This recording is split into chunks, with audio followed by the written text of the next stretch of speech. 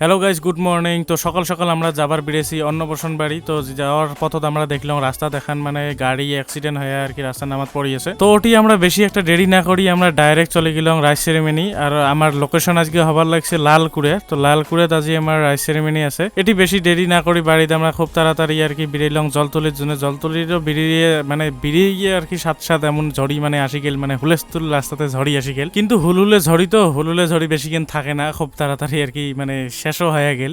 তো মানে কমার পেছত আমরা আর কি জলতলির আর কি ফাইনালি বেরিলং আর কি আমার ওই যে সাহেবগঞ্জের যে বাজার আছে, বাজারের বগলে দেখেন ব্রিজের বগলত নদীটার নাম মুই ভালো করে না জানো। নদীর বগলত জল তুলছে। তো এটিখানে জল তোলা হওয়ার পেছত আমরা ডাইরেক্ট গেছিলাম বাড়িত মানে পুরো ড্যান্স হওয়ার পরত আর কি সন্ধ্যেও লাগি গেছে। সন্ধ্যা আমরা ফটোশুট করার পাছত ঘরের আর কি মানে ইনডোর শুট যেটা কই আমরা, তো ইনডোর শুট নিবের জন্য আমরা 6 টাকা আর কি ঘর দিলাম আনিয়ে যে ছোয়ার কান্দন মানে প্রথমত ঘুমাইছি, তো ঘুমটুম ভাঙি দিয়ে আমরা ফটোশুট করা শুরু করছিলাম। তো ছোয়া আর কি যে কান্দন মানে হুলেস্থুল কান্দন, তথাপিও আমরা মানে চোখ টুপ করে এটা ওটা করিয়ে আর কি আমরা শুট নেওয়ার জন্য রেডি হইলাম। মানে বেশি অমন একটা ভাল করে নিবের পাই নাই, কিন্তু যত যেখানে নিছি আরো ভাল করিয়ে নিছি আরো।